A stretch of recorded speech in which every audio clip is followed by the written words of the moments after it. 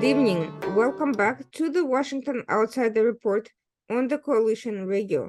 For those newly joining the program, my name is Irina Zuckerman, and I am the editor-in-chief of the Washington Outsider. With us today to discuss the tense situation on campuses around the United States, and quite frankly, even beyond the United States at this point, resulting directly from the Israel-Hamas war, is Adela Cojab, who is a Jewish activist and law student with a great deal of experience with this campus politics and, quite frankly, anti-Zionist and anti-Semitic sentiments. She's been dealing with that even before her entry into law school, and now she is once again facing the battles we are seeing in the headlines every day. Adela, welcome to the show. Thank you so much for joining us today. So before we delve into the absolutely absurd theater of campus activity following the Hamas attack on Israel on October 7th, could you tell us a little bit about the background of your activism, how you ended up in this situation, what campuses you've been most familiar with, and what is the context for the events we're seeing today? Of course. Thank you so much for having me and for having this important conversation that I think too many people are glossing over. I'm originally Syrian Lebanese Jewish. My family moved to Mexico. I grew up there, and I went to NYU, New York University. It was my dream school. And when I showed up, honestly, NYU was a good place. It was a great place for Jewish students. I was involved in Jewish life, and I didn't have any issues really until 2018. There had always been a small, vocal anti-Israel group, but for the most part, they threw their events, we threw our events, and we really stayed separate. But in spring of 2018, everything changed, and the Jewish community at NYU faced consistent harassment. It started with typical boycotts, with typical pushes for BDS against Israel, with a boycott against our NYU Tel Aviv campus, 70 professors boycotting Tel Aviv academics, and then 53 clubs boycotting the pro-Israel clubs. Jewish students felt isolated. We felt like we were being hit in every direction. We felt that walking into a class knowing your own professor was boycotting Israel was a difficult environment to be in. But then things escalated. As we continued on campus, it got to the point that every Jewish event we hosted would be protested. They would post pictures of Jewish students online, calling us colonizers and fascists and Nazis. I was on student government. I was being constantly bullied. I actually had to leave my position because of it. I was studying in the Middle Eastern Studies department. No students would partner with me for final projects. And I actually had to take my final exams in a separate room from my classmates. My professor himself told me to stop coming to class because my existence in the class was a distraction for other students. And all of it culminated at a Yom HaAtzmaut celebration. Usually every year, Jewish students get together. We rent out Washington Square Park, which is the center of NYU's campus, and we bring a DJ, we give out flags, snacks. It's usually a beautiful celebration. And my mom, who's a Syrian Lebanese Jew who grew up in Mexico, she comes every year and she sees hundreds of students wrapped in Israeli flags, singing Hatikvah. And she looks at it and says, this is Judaism in the 21st century. It's a beautiful event. But that year I knew would be different. And I told the school I was worried for student safety. The school kept telling me I was overreacting. I'd been meeting with administrators for months at this point about the attacks against the Jewish community. And ultimately, at the Yom HaAtzmaut celebration, it kicked off with a student coming to the front of the protest with an Israeli flag, lighting it on fire, and letting it burn. Later, when we were singing Hatikvah, that beautiful moment, another student that I had a lot of classes with actually came to the center, grabbed the microphone from a Jewish girl, shoved her, and started yelling, "Free, free Palestine."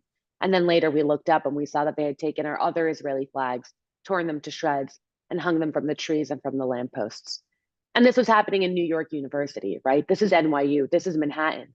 So you have what's usually a beautiful event, display of Jewish pride, and instead you have our flag burned, hanging from trees, and a Jewish girl assaulted and battered. And that's when I went back to the school. I said, something has to change. A line has been crossed. The school promised action and instead gave an award to the group that spent 2 years harassing the Jewish community. So after the award was given, I was about to graduate, and the administration refused to meet with me.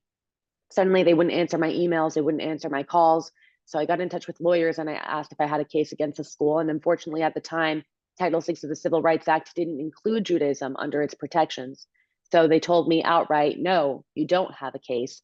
But after sending them the footage, the screenshots, the emails, I sent them 70 pages worth of documents. They told me that this could be a foot in the door, at least for publicity reasons. So I sued NYU right before I graduated in 2019. I made publicity for my case, and my case made it to the ears of the White House. President Trump had heard about it, and he invited me to speak with him at a conference in December of 2019. I did, and 3 days later, he signed an executive order that would expand the definition of Title VI to include Jewish students. Shortly after that, NYU, now falling under Title VI and realizing my lawsuit actually had some teeth, quickly settled. And the only thing I asked for in my lawsuit was for them to include Judaism under their existing discrimination policy.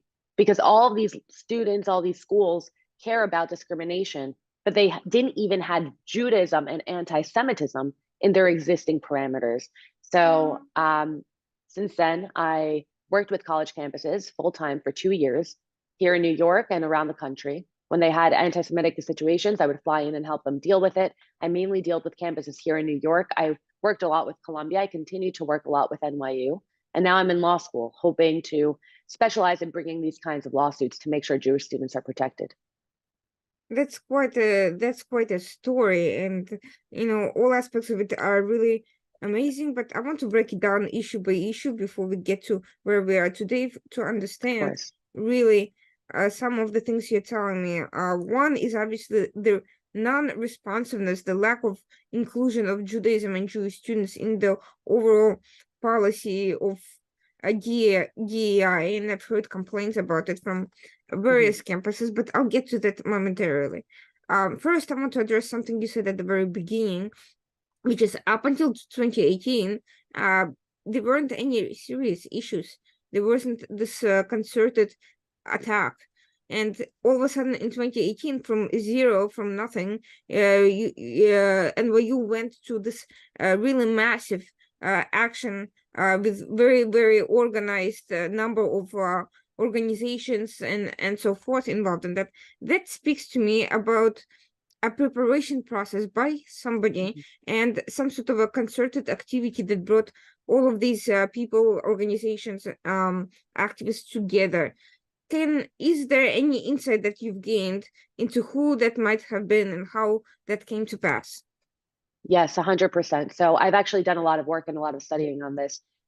Students for Justice in Palestine is an organization that has ties to the Muslim Brotherhood. And I've actually read their manual multiple times, and I've read their materials, and I've really studied the way that they organize and mobilize. So let me explain how Students for Justice in Palestine works. Usually they divide their year into 2 semesters. They have a dormant semester and they have an active semester. In that first fall semester, let's say they have an executive board of 10 people. It's only a small group, 10 people. The only job of those 10 people for that whole semester is to join another club and to become friends with 2 of their leaders. That's their only task. And the events that they're hosting aren't teach-ins, they're not protests, they're not speakers. The only events that they host are social. That way, you have a good relationship with 10 different clubs, usually the more powerful clubs on campus, like the Black Student Union, the Latino Student Union, the LGBTQ associations. They befriend 2 of their leaders and they invite them in to have a social event. They have multiple social events during the fall semester, and they really form friendships. Over winter break, SJP National sends already drafted BDS resolutions to each campus. They already have a list of speakers that they want each campus to bring, and they already have a date chosen to launch everything and to have a rally. So by the time the spring semester starts and Jewish students come on campus, the wheel was already turning. And suddenly all of these people are activated. Suddenly you have 53 groups signing a boycott against Israel in the 3rd week of the semester. How did they organize it so fast? Well, the answer is they weren't organizing at the beginning of the spring semester. They had been organizing from the semester before. And that's how you have the resolution hitting student government. Then the next week, the professors signed their resolution. And the week after, 53 groups signed the resolution. All of that was in play before.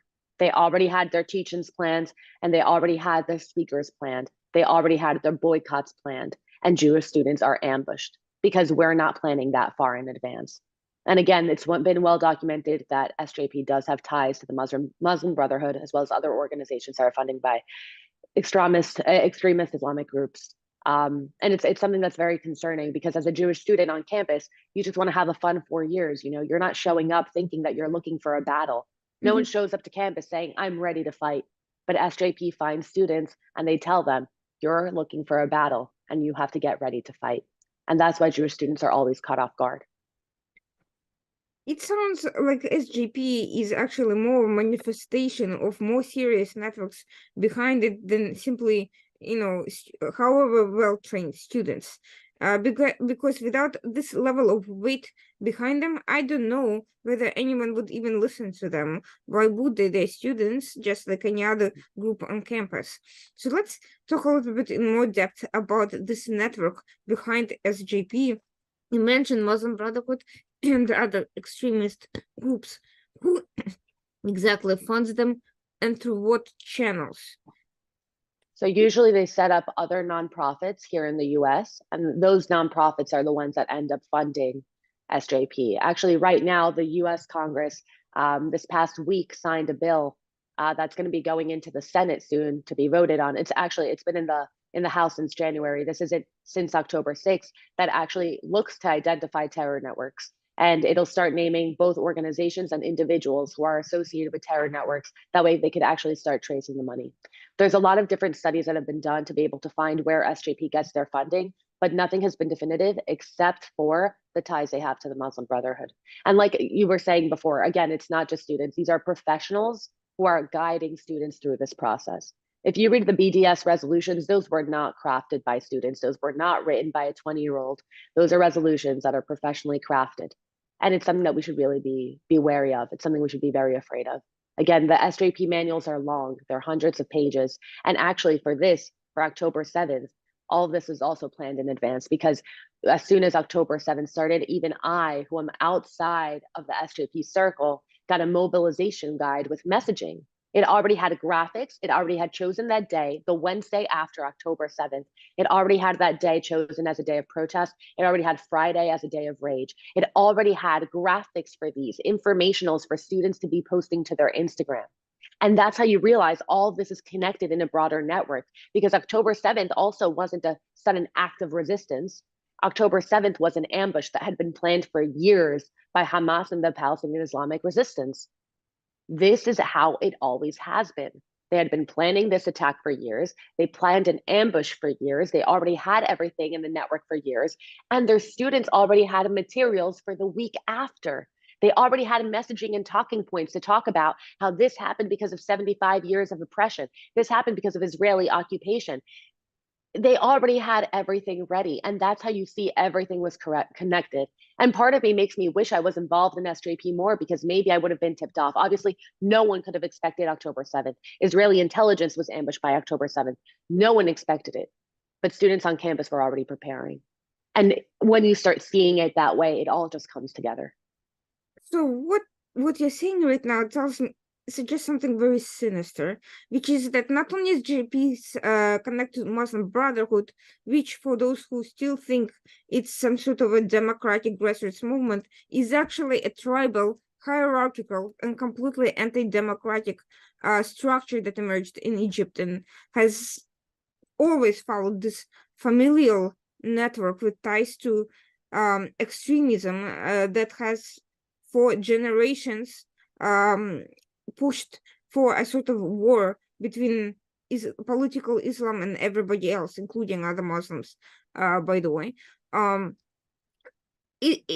Muslim Brotherhood is not designated as a terrorist organization in the United States, though it is in some other countries. But Hamas is, and what this is telling me is that SJP does not only have ties to this wider network, but it has direct ties to Hamas, and that Muslim Brotherhood continues supporting Hamas abroad in more than just broad ideological sense. They're facilitators and active facilitators of terrorist plans. This defense of a terrorist attack that took place, it seems to me, was highly coordinated with these students. To some degree, they're ideological facilitators of the propaganda and information warfare aspect of this attack. So the question is, clearly Hamas has a much greater presence in the United States than simply, a few symbolic gestures here and there. Clearly, we have a situation where the United States has designated Hamas as an international terrorist organization, and yet you have a significant number of people openly supporting it and providing it ideological comfort to an organization that is terrorist. How did this come to pass that we have students on campus who are not merely pro-Palestinian, who are not merely pushing for a two-state solution or are not happy with some of Israel's actions, but outright support terrorism? So the answer comes down to the professors.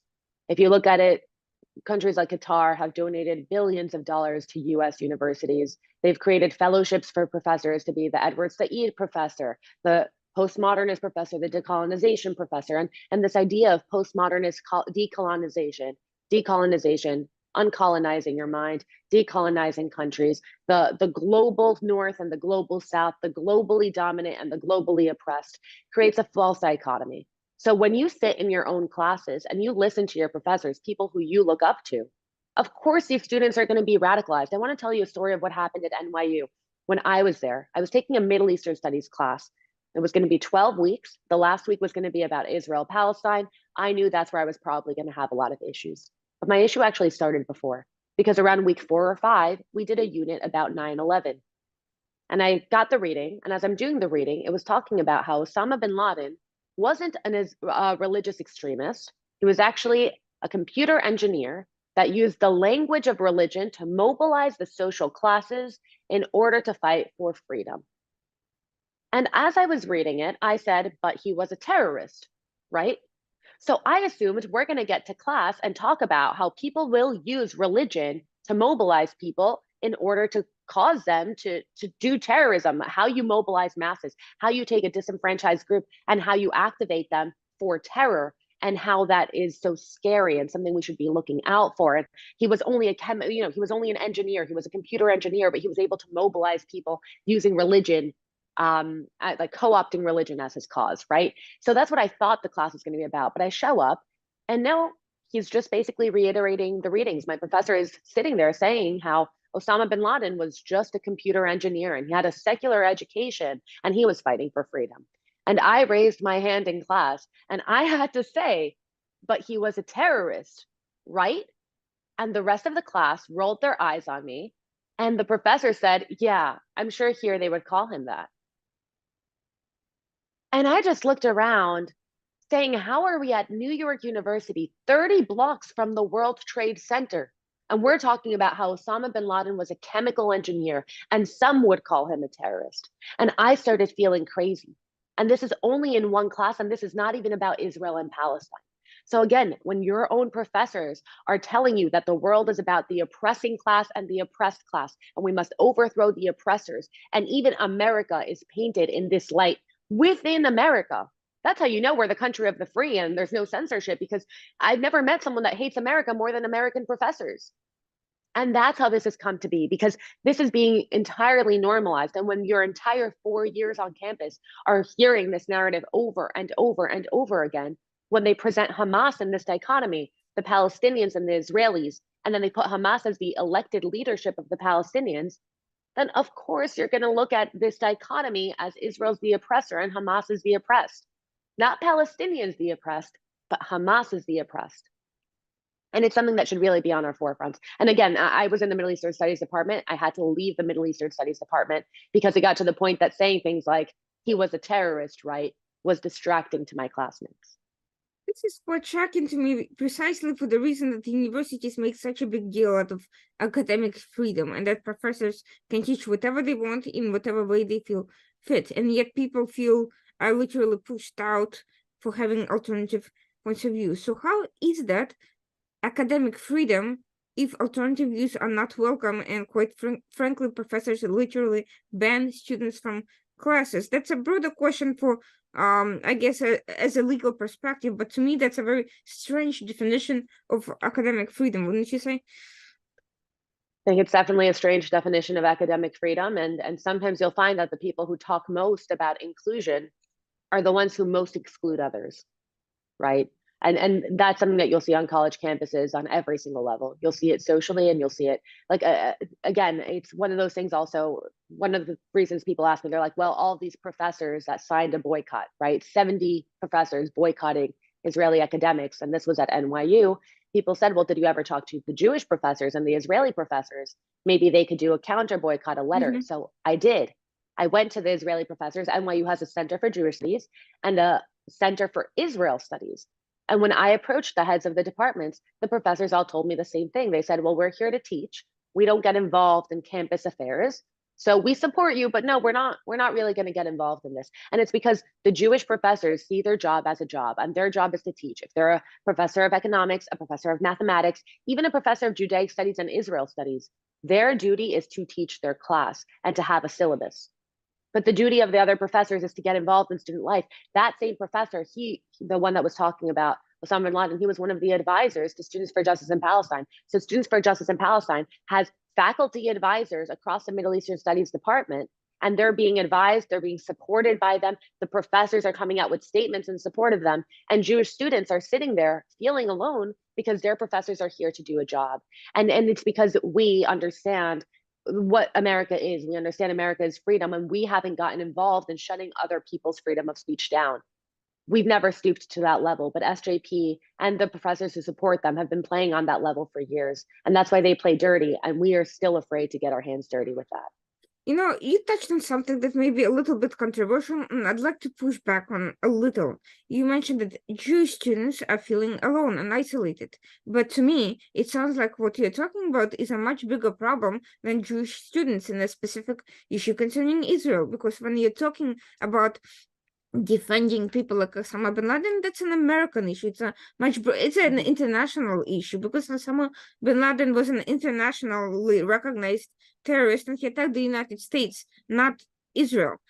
So the question is, where are the other students who are not Jewish, who may not be even interested in Israel-Palestinian conflict, but who nevertheless might be resentful of people like Osama bin Laden being normalized and legitimized on campus? It sounds to me it's not just the issue of pro-Arab, and the leftist activists and revolutionaries and all sorts of subversives versus the Jewish students, but people who are against terrorism versus people who are for terrorism. So where are the non-Jewish students who would be concerned about such things? Are there any? And also non-Jewish professors who are, not necessarily focused on Israel or anything like that, but who are likewise opposed to that. Do they take the same position? So I'll tell you where they are. They're just not in those classes, right? They're studying pre-med, chemistry, biology, economics, finance. They're studying closer to vocational real professions. I decided to be a Middle Eastern studies major. I decided to get involved in the humanities and the social sciences. I took sociology. I took all of these classes that I was interested in. And the people who are taking those classes too usually don't have the same mindset as me. And especially, for example, like people who are veterans, right? Who come back to colleges. There's a lot of veterans at NYU, but they're older than we are, right? They're not coming into college as a 18-year-old kid straight out of high school. They're coming to college as someone who's 22, 23, 24, who saw military service and is now coming to build a life. And they see college for what it should be, which is to prepare you to get a job, to have a higher salary, to be able to support your family. A lot of these people that are in the departments I was in go into academia. And it becomes a self-feeding cycle, because the same people who are in that class, when I raised my hand and said, but he was a terrorist, right? Those are people who chose to be in that class. And those are people who, guess what, probably right now are working for a lot of nonprofits that are continuing to help either the Palestinian cause or to decolonize this place or to end this, end that. And it's one of those things that they all become career activists. Look at me. I ended up becoming a career legal activist, but I took a different route because of what I was seeing and because of the way that my community was targeted. I came in with strong values because of who I am. but people who were like me aren't taking those classes, right? So it's something that should be very scary. And the way I see it is that there's hardliners and then there's human rights types, right? The hardliners, those are people you will never change. Those are people who usually have a personal tie to the conflict, or people who are so disenfranchised from their home community, usually members of the LGBTQ community, people who have felt ostracized, that have a lot of anger and channel it towards something. You will never change their minds. Those are the people who truly believe from the river to the sea, Palestine will be free. Those are people who truly believe they want to globalize the intifada. But then you have the 60, 70, 80% of people who really just think they're doing the right thing. That's the girl, for example, who took a dance class and they did the Palestinian dance of resistance. That's the kid that took a film class and they showed a film about Palestinian refugees and about how horrible the conditions are in Gaza and the West Bank and the refugee camps that they have throughout the Middle East. Those are kids who were going about their life, making their careers, but then something was introduced, right? They're taking a class on documentary making and then something was introduced. And that's your only tie. And the way I like to explain it to people who, because again, we're close to the Israeli-Palestinian conflict and we've been talking about this for years. But let's say you're a student on a college campus and someone comes up to you with a clipboard and says, are you willing to condemn the Armenian genocide? And you say, oh, I don't really know. They're like, well, let me tell you about it. And they start talking about the Armenian genocide of Turkey against the Armenians. And they're telling you all of these things, and you've never really heard about this. You know where Turkey is, kind of. You know that Armenians are a people, kind of, but you don't really know much. And then they ask you to sign a petition. Of course you sign a petition. And now you're going to forget about this entirely. But then you show up to your film class 2 years later, and they're showing you a documentary about the Armenian genocide. So that's your second contact. And then when you're walking on campus and you see a group of students protesting against the Armenian genocide, you're also like, oh yeah, what Turkey's doing is horrible. I saw a documentary once, I even signed a petition. And that's how a human rights type is mobilized. And this has been happening on college campuses against Israel for years and years and years, 25 years upwards, where again, the leaders of this kind of thought were on college campuses themselves, and then they came back as professors like Edward Said. So it seems to me that there's a culture of a mobilization that is not being actively counteracted simply because people are not in that mindset, they're not prepared. And frankly, how pro-Jewish, pro-Israel students and faculty have been looking at presenting the side of the story has been completely not in line with the techniques of these people. We're talking about Hasbara, Israeli Hasbara. It's basically a PR outreach about cherry tomatoes and Startup Nation and things that have nothing to do with human rights, nothing to do with revolutionary activism that, quite frankly, follows the model that we are seeing around the world on completely unrelated issues, but very much along the same lines. So we are looking at basically information warfare versus PR, and the two do not align at all and require completely different skill sets, completely different mindset, approach. And so far, we, despite these things, anyone who's trying to counteract is talking past each other, because you cannot go with a corporate set of skills trying to sell, a tour to, or business investment into Israel to a campus where there's this level of indoctrination with a very politicized mindset. It's quite obvious that a clash is inevitable. So that brings me to the other point before we get into this current events, which is what you mentioned earlier, DEI and the non-inclusion of Judaism and this sort of weird perceptions of Jews not being worthy of or fitting into categories that are a protected class under previous, previous legal frameworks. And there's been a lot going on where the Jews are white, where the Jews are not white, whether they are minority or not minority. And of course, from a religious perspective, it's a religion, but then, somehow it's considered, not something that is needed to be protected in the United States. What is the situation like right now? I'm hearing all sorts of reports from people basically saying that Jewish students, even when Judaism is actively included, it's not being enforced. So even if you make complaints on campus, nobody will necessarily respond to you. How has this aspect of the situation come to pass that Jews under DEI are considered to be an oppressor or at least an unprotected class?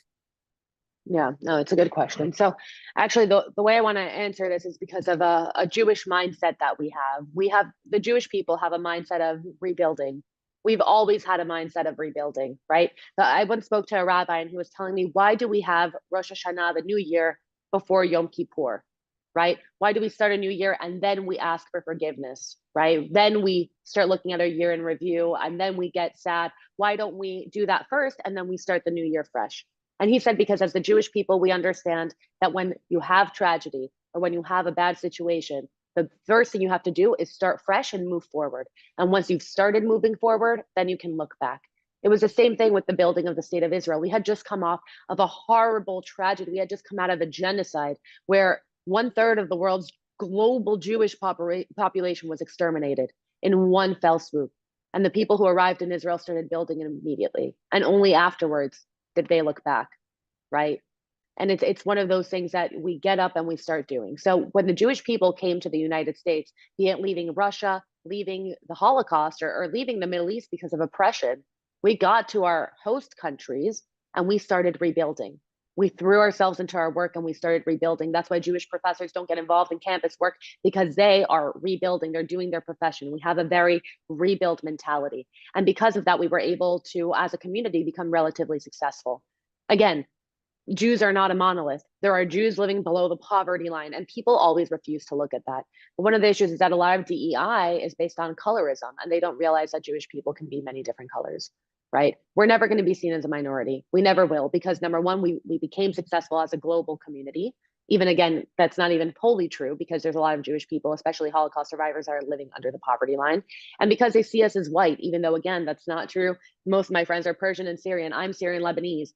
I don't know why I look the way I do, but I could tell you my grandmother doesn't look like me. She's maybe 3, 4, 5 shades darker than I am. She looks entirely Lebanese. You saw her on the street, you'd say, oh, that's Selma Hayek's cousin. But Why? let's Because my grandmother is Lebanese. but And it's something crazy. if we even take these racial, politics, which are, to be honest, a little bit scary in the 21st century, given the history of eugenics and colorism and all of that, quite frankly, there are Palestinians who look, kind of like Much lighter than me. Yeah, that's so. How does anyone really tell unless they know? Yeah. Well, it's one of those things. At NYU, I was part of the Latino Student Union. And when they were voting for BDS and I started trying to be vocal, saying, look, like, I don't think that we should be voting for this or whatever. And I had just gotten involved and they're like, Adela, really? You are in the Latina Student Union? I'm like, I'm not a US citizen. I was born in Mexico. You're a US citizen. You come in through the US citizen line. You're a first generation American. And we got into this big discussion, and want to know how it ended? They created a group called the Black and Brown Coalition, which, even though I'm a Mexican national and I'm not a US citizen and I speak Spanish at home and my dad lives in Mexico, my grandparents live in Mexico, and my cousins live in Mexico, I can't join because I'm not Black or brown. And people have really dumbed it down and turned it into colorist. They've turned it into how colorist. brown do you have to be to join these things? Do they? That's a crazy question to ask, but that's what they're asking. Exactly. No, it's really something that's scary, and it dumbs it down for everyone. And again, I think like they use Jewish success against us. Instead of saying, look at the Jewish people who came from the ashes of genocide, pogroms, and oppression and built themselves up in this country. Instead of looking at it that way, they see it as, oh, the Jewish people are oppressed, or the Holocaust didn't actually happen, or it wasn't even that bad. That's where people go. That's where their minds go. And it's one of those things that, as Jewish people, should we wish we weren't hard workers? Should we wish that our family came here and just sat depressed and did nothing? No, I'm very proud of the way our ancestors got back up. I'm very proud of the way that my ancestors, my grandparents, my great-grandparents left Syria and Lebanon, got to Mexico, and immediately started selling whatever they could to make some money to buy fabric, to sell that door to door. I'm proud of their story. I retell their story because I am a product of that story. And now I live in New York and go to top universities, and I have the education I have after my grandpa didn't even finish primary school, right? It's one of those things that I really think is about resilience, and they're using resilience against us because we refused to be victims. Yes, they say that Jewish people have a victimhood complex. We don't. We acknowledge our victimhood to show people how impressive and absurd it is that we made it to where we are. That's why we talk about the Holocaust, to say, and from the ashes we rose. We don't talk about the Holocaust to say, oh, we were victims. No, no, no. We talk about it to say, and look how far we've come. And it's something that should be inspiring. And instead, the rest of the world uses it against us. What would they have preferred? Interestingly enough, what you're saying suggests that the DEI structure, the way it currently is on college campuses, at least, I can't speak for everybody everywhere, but what you're describing is that it's based on grievance culture and, victimhood, hierarchy that seems to be deliberately selective of the kind of Yes. victims they want to include and what sort of a attitude they want to project, which is not about rebuilding from whatever bad experience you have, but simply essentially comparing who's had it worse and just fighting oppressors. So this is just another continuation of this revolutionary politics that is highly divisive and not really helpful to the students themselves. It doesn't give them any skills, it doesn't give them any way to move forward, and certainly it doesn't provide them with anything useful. It's kind of reminds me after the Supreme Court essentially banned affirmative action use in academic selections. The new culture that emerged is grievance-oriented hardship essays about who's had it, about basically lifetime experiences that were bad, and that's become a trend in college application essays, and to the point that some people are literally fabricating bad things that happened to them in order to appear to have this sort of hardship that would get them in on campus. Into a college, yeah. And again, what's happening with the Jewish community of not being counted as a minority worth minority status happens to a lot of Asian communities as well, right? We know that this is, and why? Because they have a similar mentality, because they themselves also have put themselves into their work. A lot of my friends that are first generation college students who are Asian, their parents grew up with nothing and they did everything they could to put their children ahead, right? So it's one of those things that success and decisions and sacrifice is being used against communities. And for some reason, we haven't been able to form an alliance, or we haven't been able to maybe it's a communication issue. Something got lost in communication, but because of that, the Jewish people are now being branded as something that we're not, which is oppressors. You think that there's a lot more Jews in the world. When I tell people that we're only 16 million, which is not even 10% of the followings of a single Kardashian or Jenner influencer, that's crazy, right? If we all followed one Instagram account, we wouldn't even have 10% of the following of a celebrity. That's how few Jews there are in the world. People don't understand that. That people just don't, they can't fathom how few there are of us because of how much they hear about us. And that brings me to this unfortunate topic of post-October 7th wave of hatred that has engulfed college campuses and the university response to these horrific developments. And first of all, I want to hear a little bit more depth about how it went along at NYU specifically, since you have the closest ties to that particular campus and in general. And second, I want to see after, what was the university response, and why do universities feel that they can respond the way they do? Yeah. So I don't believe that administrators are anti-Semitic. I really don't. I think that they're scared. I think they're a little bit lazy and don't like to work hard. And I think that they like to follow protocols and they're a little bit spineless because they don't want to lose their jobs. So what happened at NYU, I don't think that the administration failed to act because they were anti-Semitic. I think the administration failed to act because they didn't have the protocols in place to deal with it. Number one, they didn't have a definition of anti-Semitism. So if something happened on campus, they weren't able to say, oh, that's anti-Semitism. And then they didn't have a protocol in place on how to deal with anti-Semitism when it occurs. And that's why in my lawsuit, the only thing I asked for was define anti-Semitism and put a protocol in place to deal with it when you're faced with it. And that protocol should be the same as the existing discrimination policy for every other student, because that's just how it should be. Jewish people are a minority, define our minority status, which of course includes anti-Zionism, and then put protocols in place as to how to deal with it when you're faced with it. Because let's look at the flag burning, for example, right? Let's look at the flag burning. If I would have burned a flag at NYU and said, I hate immigrants, it's a political position, I have nothing against Mexico, but I'm going to burn a Mexican flag because of my politics, right? I have nothing against Jews. I'm going to burn an Israeli flag because I'm an anti-Zionist. It's about my Zionism, right? It's a politics statement. Are you telling me that if a group burned a Mexican flag at NYU, Mexican students wouldn't feel afraid? Are you telling me the school wouldn't do anything about it? Are you telling me the school would give them an award for it? If you want to say it's identity, let's say it was an LGBTQ flag. If an LGBTQ flag was burned at NYU, right? Because I identify as a Zionist, it's an identity that I'm choosing, right? Because my Judaism is separate from that, let's say. Someone identifies as LGBTQ. If you burned an LGBTQ flag at NYU, do you think the school would be giving an award to the group that burned it? Of course not. And if we want to take all politics, all identity, all nationality out of it, let's say that a fraternity burned the flag of another fraternity. These are two social groups, non-political, nothing.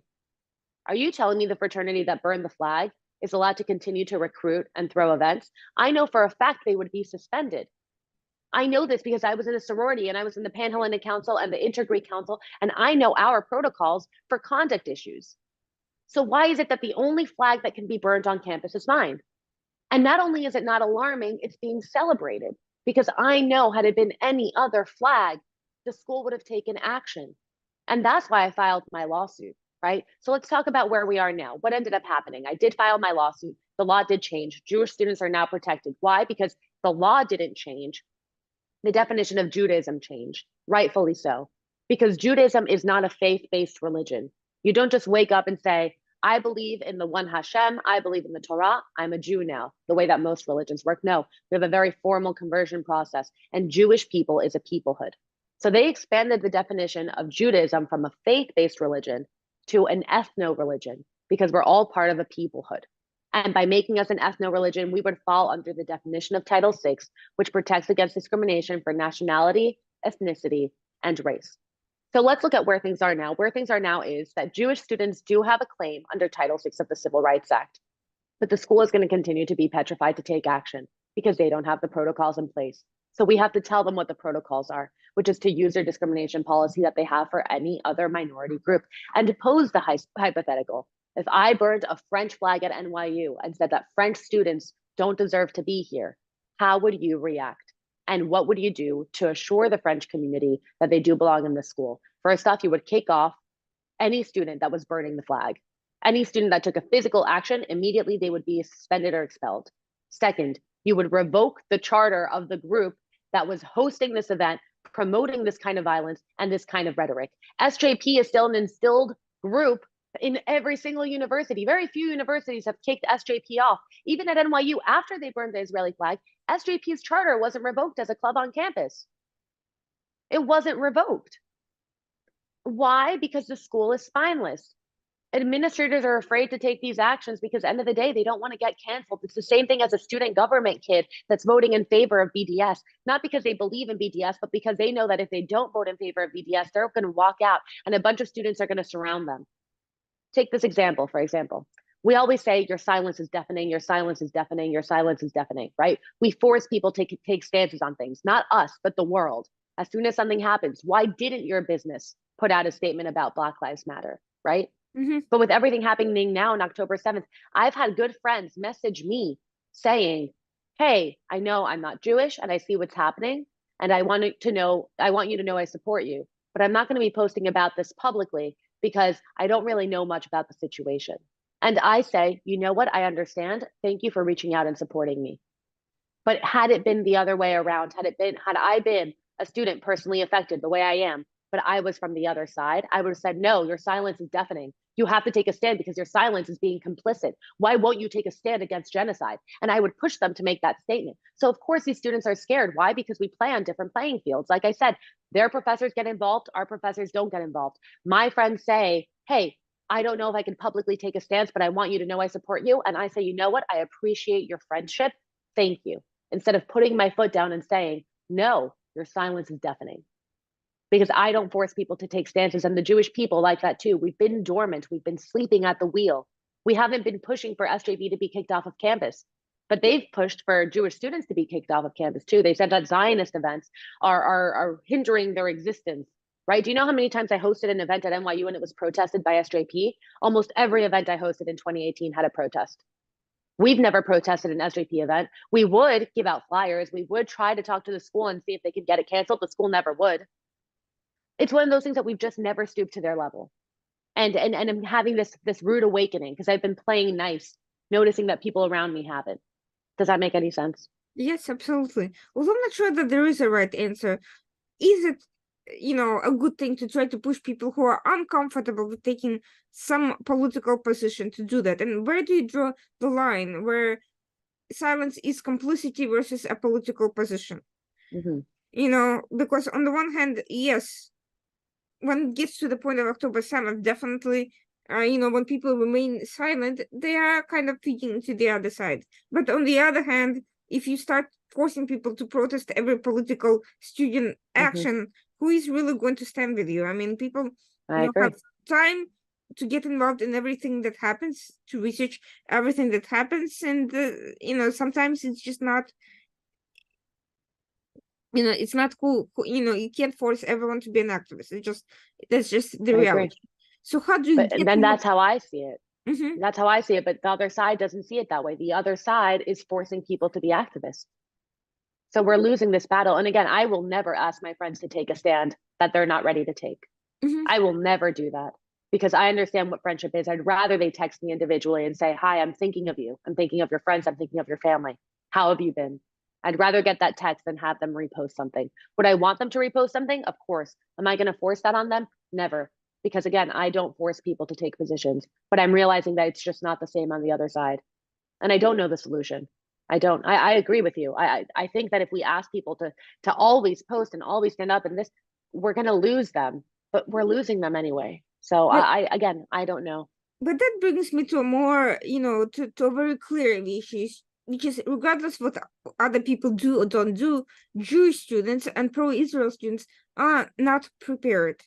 And I'm not just talking in terms of organizing events, 6 months in advance and having links to some sort of intelligence about something that's going to happen. I'm not talking about this sort of political, deep-rooted and conspiratorial preparation. I'm talking about when there is a threat, they do not have the numbers of supporters to actively collectively respond to it, and individually they don't have the basics of self-defense to respond to physical confrontation. So any physical confrontation leads to a very one-sided outcome, as we have seen on campuses around the country, people barricading in the bathrooms, libraries, dorm rooms, and being afraid to come out. So how do we fight this culture of fear, and how do we actually prepare individual students who are in the front lines from not having this mentality of, well, if only we hide, it will go away, or we don't have any other choice but to hide for our own safety, except then it just keeps getting worse. I wish I had a solution. I mean, when I was on college campuses, we used to offer once a year a Krav Maga class, just once a year, which is nothing. But I think that now it's something that we've all seen. Most synagogues started instituting Krav Maga classes too. Why? Because Krav Maga also it's not like an aggressive. It's mainly about dodging attacks. When I filed my lawsuit, I started getting a lot of threats. When I had my situation on campus, I didn't feel safe on campus. On social media, I had to put everything private. People would message me, we know where you live. So my mom did tell me to start taking self-defense, and I did. And my teacher was very clear to me. He said, look, end of the day, you will never be able to have the upper hand on someone coming for you. Why? Because I am a 5'4" girl. I just physically will never be able to overpower them. So everything he taught me was about like disarm and distract. Like you disarm by you just do like one jab to the throat and then you run away, or you just do one kick to the shin and you run away. It was all about the one move and run. And I think it's one of those realities too, where Jewish students on campus are a very small percentage. And when they see a mob like that, it doesn't matter how prepared they are. They could be former IDF soldiers that had 2 years of formal combat training. They won't be able to deal with what's coming around them. They won't be able to. So unfortunately, my solution is people are still at least willing to concede that physical violence is bad, right? And I don't know if this is going to be true for the next couple of months, but at least for now, people believe physical violence is bad. So I think we should leverage that. by number one, when we do have incidents, we have to show the world about it. Like with what was happening at Harvard, where they surrounded a student and they wouldn't let him leave. That's something we have to be showing the world, because they will still think that that's bad. Number one. Number two, every campus has to be notified. Every single campus has to be notified, and they have to be securing their students. I wish I had a better answer. I wish I could say every single student should be learning not only self-defense, but offense. They should be able to find that library. They're being locked in. They should be able to walk out. That's just unfortunately not going to happen because of the numbers game. There's going to always be very few of us, always going to be a lot of them. If you can't distract, disarm, and run, then the school should be protecting you, because the school has the resources. I think I spoke to public safety maybe once every 2 weeks when I was at NYU. At one point, they even gave me an escort. So it's one of those things that the school does have the responsibility to protect you. Unfortunately, for people who go to schools in big cities like this, for people who aren't students and don't have, a big university security, public safety apparatus behind them, it's going to be scary. It's going to be scary. And it's a hard time. Every day I ask, should I be hiding in my Magen David? And I decided not to. I decided to wear mine out. But the only reason why I have that is because when all of this started, I was in Dubai. And then right after that, I went to Turkey. And that's where I didn't feel safe, because I didn't know the country. I don't know the law. If I'm in Turkey and I'm walking with a Magen David, I don't know who that's going to trigger. And next thing you know, I could be beaten up on the ground. And this country doesn't love me. This law enforcement, I don't know them. I don't know their laws. I don't know their government, their consulate. I did not feel safe. And for the second time in my life, I took off my Magen David, because that was a country I just didn't feel safe in. Here in the US, I don't feel safe, but I know I'm protected. Meaning, if God forbid something happens, I do know the law enforcement system. I do know the laws. I do know the country. And I do know that at the very least, physical violence against Jews is still something that's considered outrageous. So I will wear my Magen David. But had I been here when all of this started, if I wasn't in Turkey, would I still be wearing my Magen David now? Because my level of fear would have been as high as it was, as opposed to where I was in Turkey, and my fear was much higher. So it's a good question I asked myself. I still wear my Magen David, but I wouldn't tell other students that they have to. There's a line between being prideful and being stupid. And that leads me, by the way, to a slightly bigger question about academic and general response, which is, first of all, a lot of these universities are private institutions where students are paying tuition to attend. Yeah. So the fact that they're not being protected, that mobs are allowed to congregate regardless of definition of Judaism or anything else. Yeah. Their universities appear to be derelict in their duty to protect paying clients from violence. So when do you expect to see lawsuits coming? And the second related issue is that so far I've only heard of one student from Cornell being arrested and charged with taking part in mob violence, but there are obviously dozens, if not more, people who took part in harassment and intimidation tactics in Chile and physically assaulting people. So when do we see greater criminal law enforcement of obviously criminal behavior? Yeah, so that's a good question. In terms of when do I see the lawsuits coming, those are private rights of action. Those are going to be on the civil side, and those are already starting. I've been in touch with students at Columbia. I've been in touch with students at NYU, and I've been in touch with students at Cooper Union, which is here in New York as well. And those are only the New York schools that I've spoken to. And all of those students are thinking about filing their cases too. I've been in touch with them. I actually have 2 calls later today with 2 other students who are thinking about suing their schools under Title VI. Those are private rights of action. Those are going to take years. Those filings will probably occur in the next 3 to 4 months. And then the cases will take about 2 years. That's about how long mine took.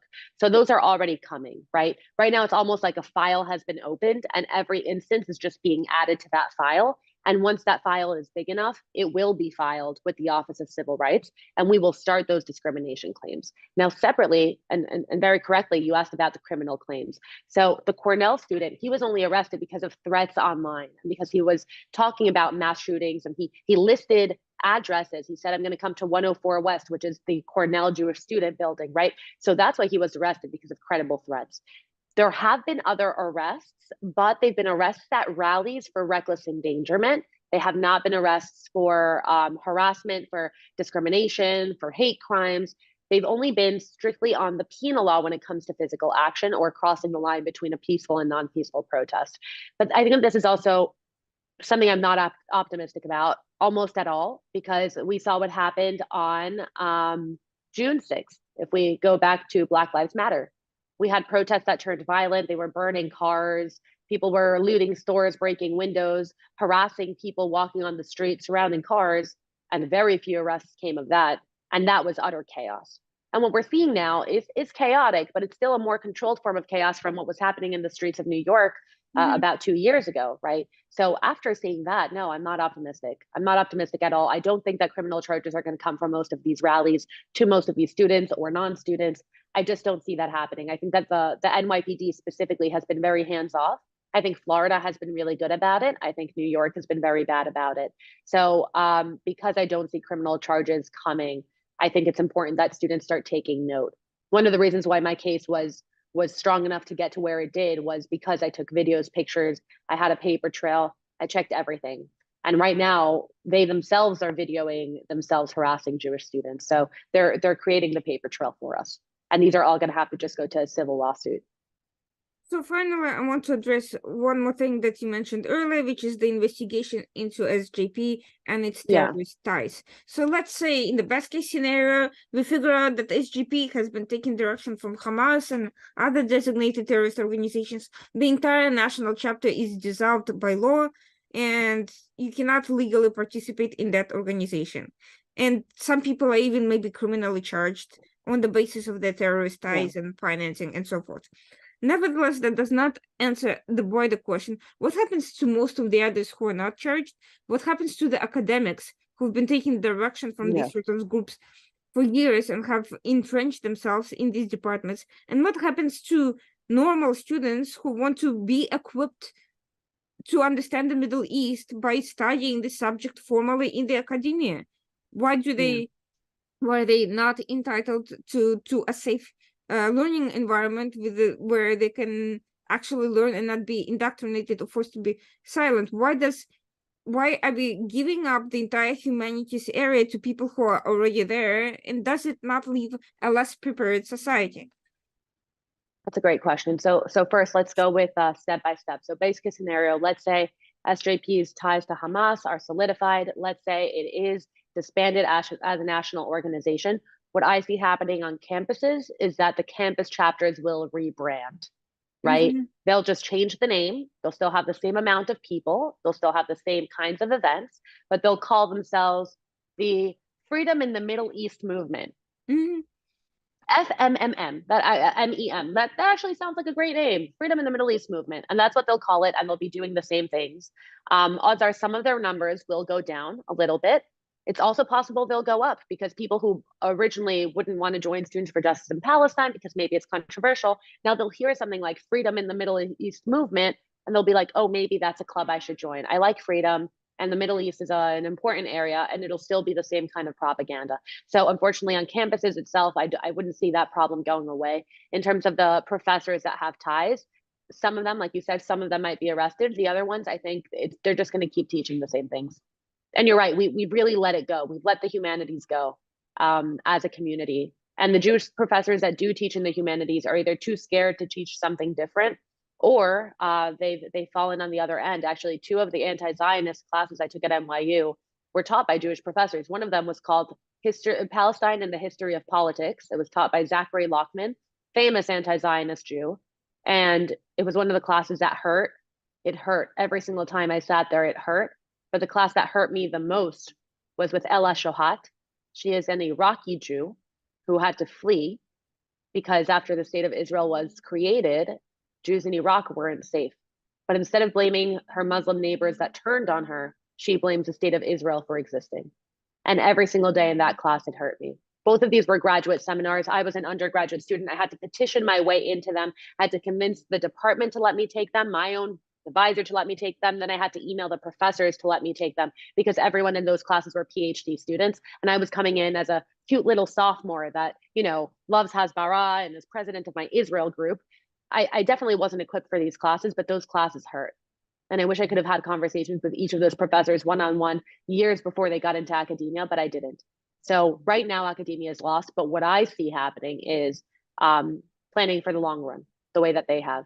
It's time to have those conversations. If you have a friend that's Jewish and anti-Zionist, the worst thing for a Jew is an anti-Zionist Jew, a Jew that is afraid to be Jewish in their capacity and their full extent because they're caving to what they think academia wants of them.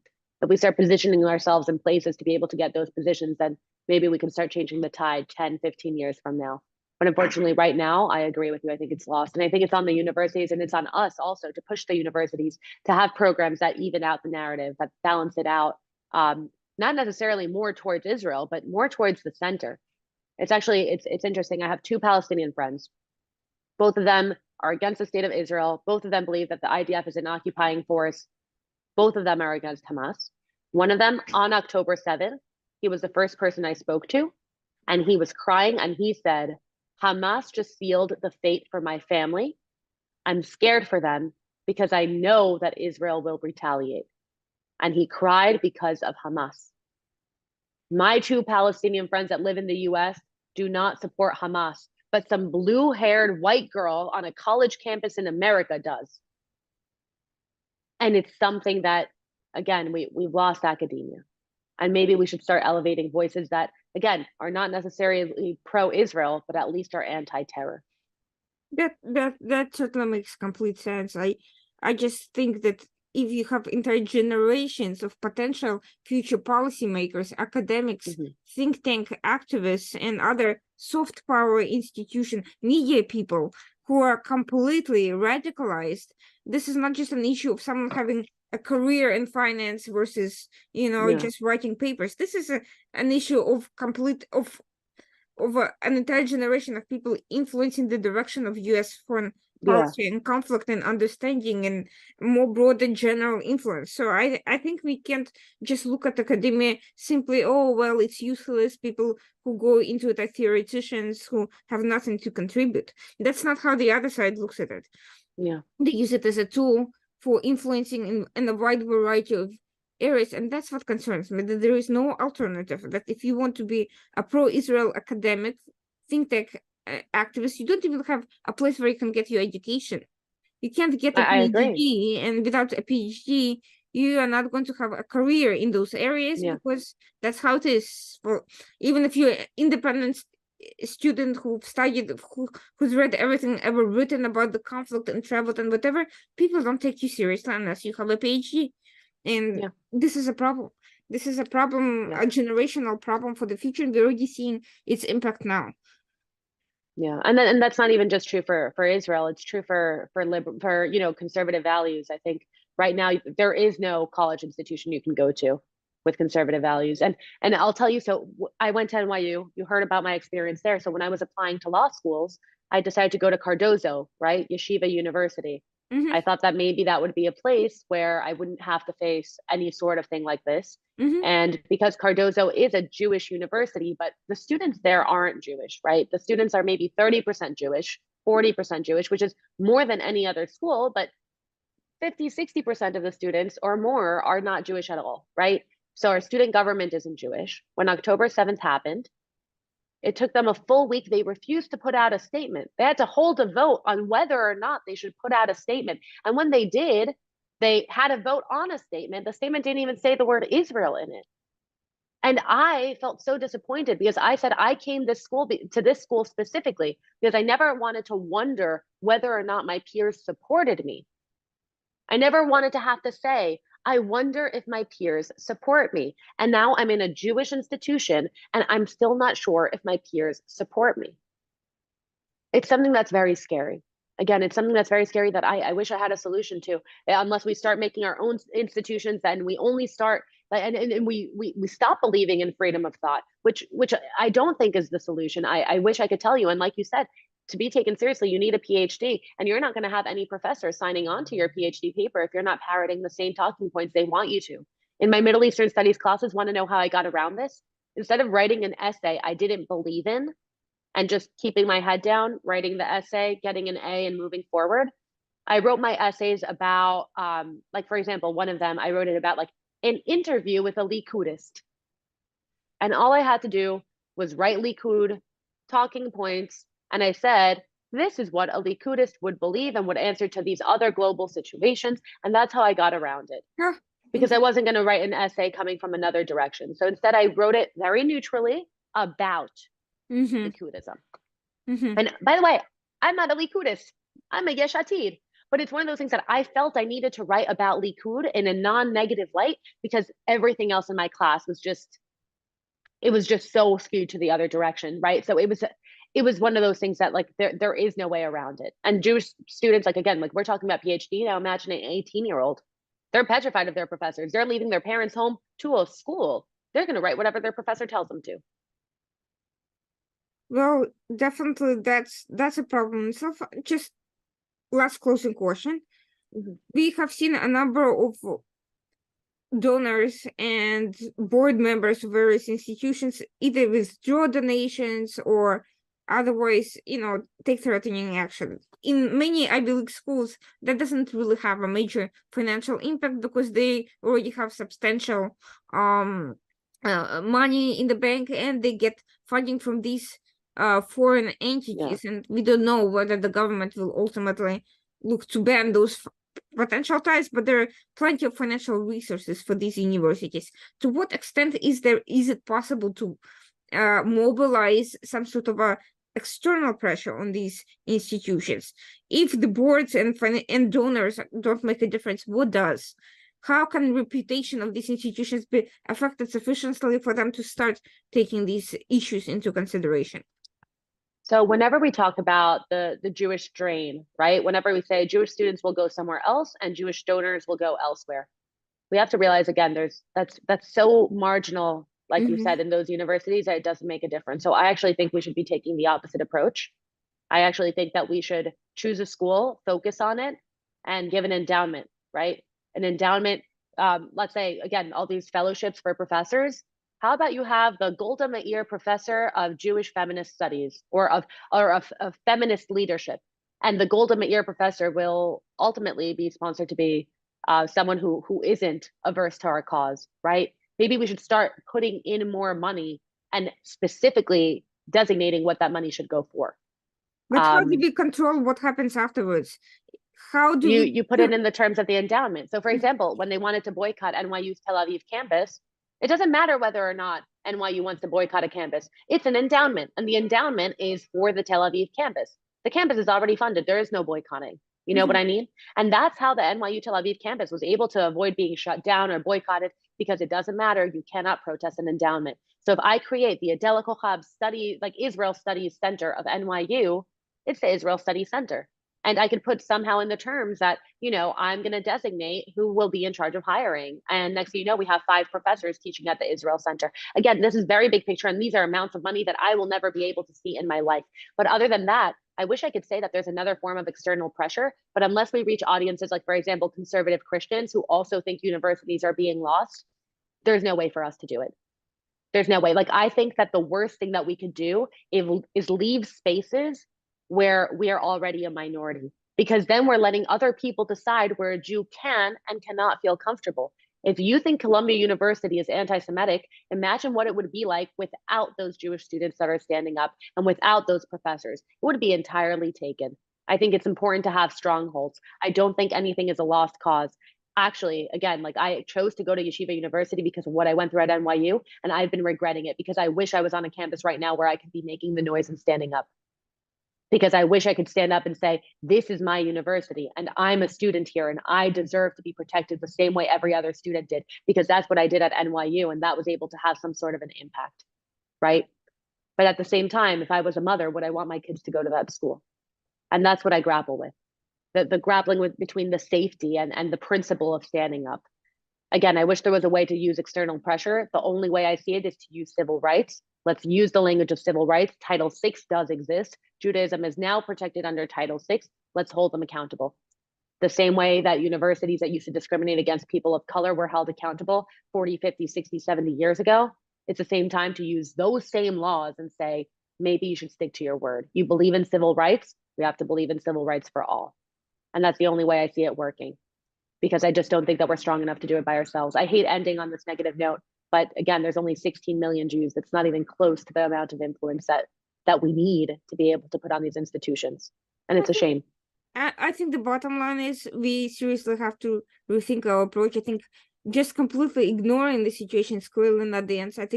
I think what you said has a lot of logic to it. I think And I really also think that pro-Hasbara people also reconsider the types of conversations they have with everyone in general, in and or outside of academia. I think that approach does not work.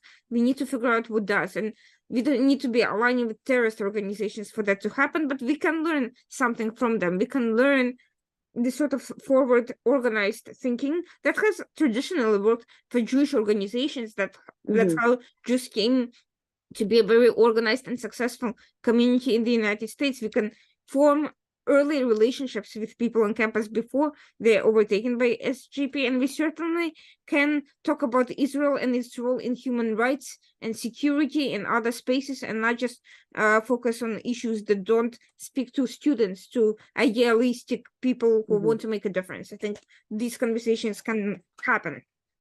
So I agree. And the last thing I'll say is sometimes I look back at Germany, right? Germany after World War II, Germany after the Holocaust, Germany, where a whole country who hated Jews and wanted to be Judean free had to open its eyes. And within a couple of years, the regular people had to start standing up and saying, our policies were wrong, right? You will never change those SS officers that served as commanders. You'll never be able to change them, just like we cannot change our professors. But you could change the next generation. What did Germany do? They started talking about Holocaust education in every single school. They started teaching their own history in the way that it should have been taught, which is atrocious. This was an atrocity that happened. And it took a whole generation in order for people to change. And right now, if you see, Germany is one of the few countries that's actually standing up for Jewish people right now. It's one of the very few countries that's put laws in place. It's actually, Germany is leading by example. Some of its people are still marching in protest in the same places where Jewish people were being chased out of their homes. And that's scary to see. But at the same time, we see that the tide has changed and Germany is standing up. And if a country like Germany can do that, then here we still have a chance. So how about we apply those methods, right?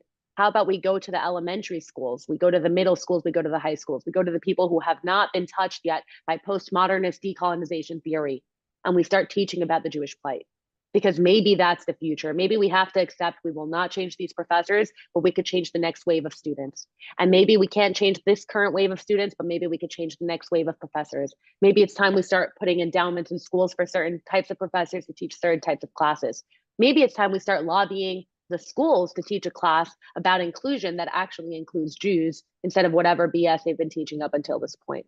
So maybe it's time to only plan ahead, because right now there's two wars that are being fought. There's a war on the front lines, which Israel will inevitably win, and the war of public opinion, which I believe Israel will inevitably lose. But if Israel can only win one, I know which one I want them to win. And I know which one I'm on the front line of. We're on the war of the diaspora, which is about continuing to make sure our existence isn't jeopardized in the countries that we live in. And that can only change through education. So I think it's time to start thinking about the future. If they're focused on the present, how do they defeat this present war? We might not be able to defeat this present war of public opinion, but maybe we can start planning ahead for the future. That is a great note to end on, and I'm glad we're ending here. Thank you so much for joining me. Thank you so much for giving your insight on a situation that may appear otherwise bleak, but mere reactionism is not something we can afford, and the Oive mentality belongs in the shtetl, not in the United States in the 21st century. Today we have the tools, we have examples, and we have the skills to be able to respond. We just need to figure out how and start planning and start working towards it. For those watching, this was the Washington Outside the Report, and we had Adela Cojab talking about the wave of insanity and very negative sort of activism that has overtaken U.S. campuses, particularly elite schools, in light of the Hamas attack on Israel and what we can do about it. Stay tuned for our next show, same time as always, Tuesdays at 9 p.m.